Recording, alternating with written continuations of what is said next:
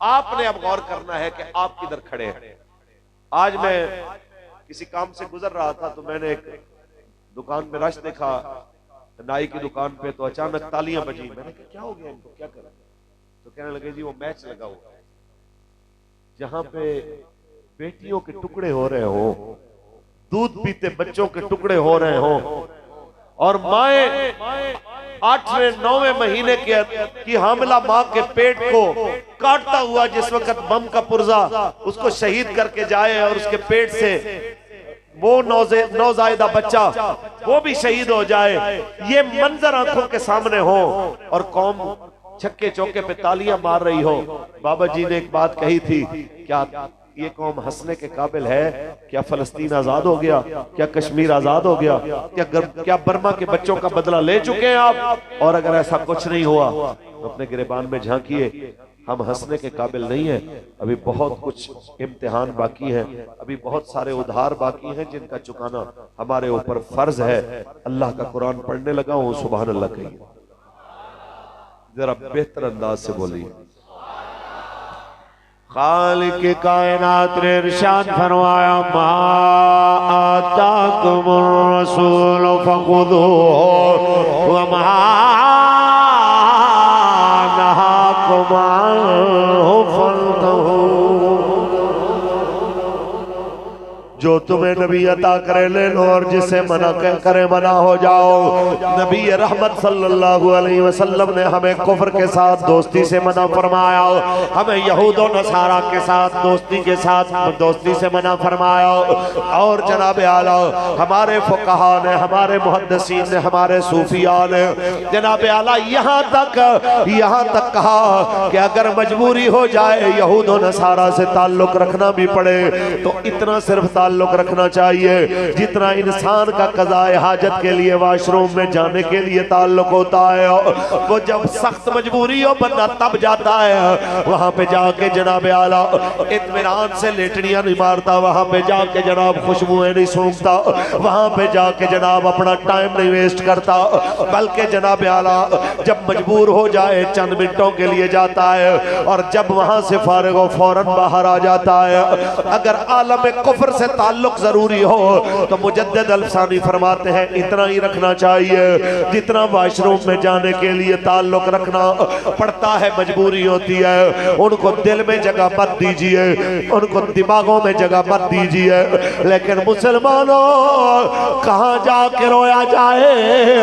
کہ جس وقت مسلمانوں کا گرتا لہو نظر نہ آ رہا ہو، جس وقت روتے بچے نظر نہ آ رہے ہو، جس وقت جناب اعلیٰ الازہر کی وہ جناب اعلیٰ یونیورسٹی جس کی شاخ غزہ کے اندر تھی، جو سب سے بڑی یونیورسٹی تھی غزہ کی،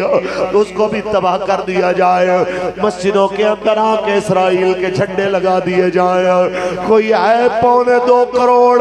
مسلمان کی کا دعویٰ کرنے والے ہیں، ان مسلمانوں سے کہ کیا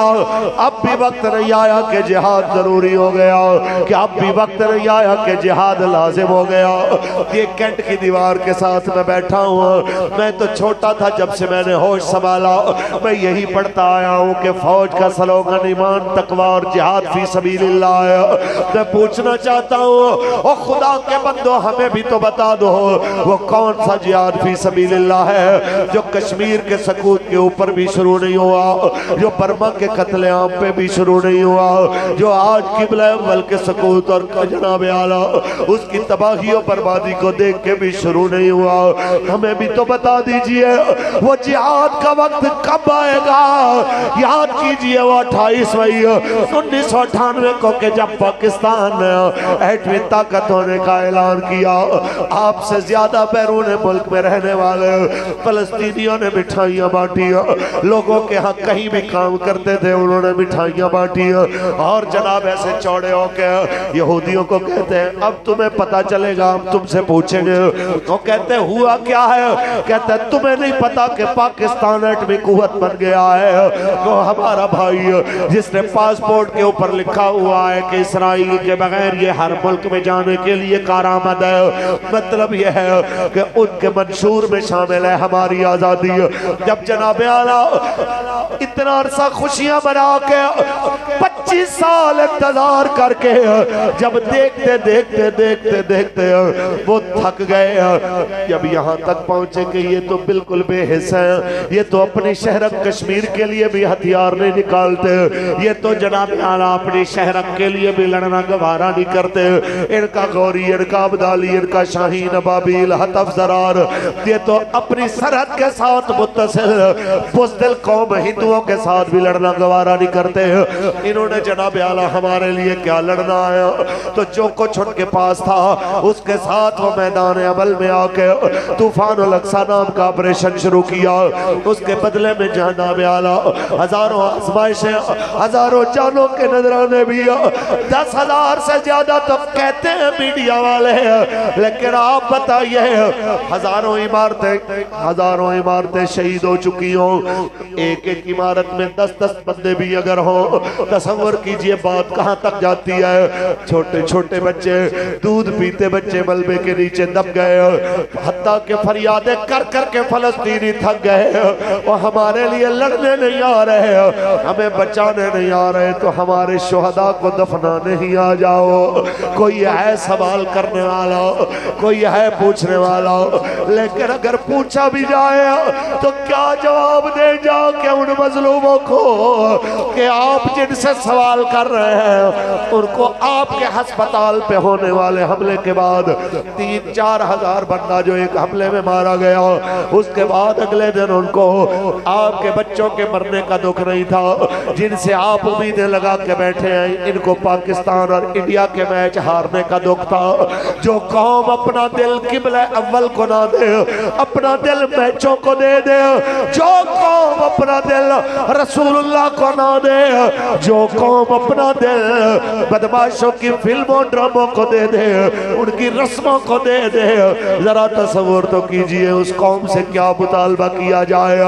ہمیں کہتے ہیں مولوی صاحب آپ جذبات میں بہ جاتے ہیں، جذبات کی راہ میں بہ جاتے ہیں، ہم نے معیشت کو کنٹرول کرنا ہے، معیشت کو جناب اعلیٰ قابو کرنا ہے، بہتر کرنا ہے۔ کیوں کرنا ہے؟ کہتے ہیں تاکہ ہماری ساکھ بہتر ہو۔ میں اللہ کے گھر میں بیٹھا ہوا سپاہ سالار صاحب آپ کو مشورہ دیتا جاؤں، یہاں پہ یقینی طور پہ آپ کے جناب اعلیٰ بھیجے ہوئے نمائندے آئے ہوں گے کہ لبیک والا مولوی کیا کہنے کے لیے آیا ہے، تو میرا پیغام سنیے۔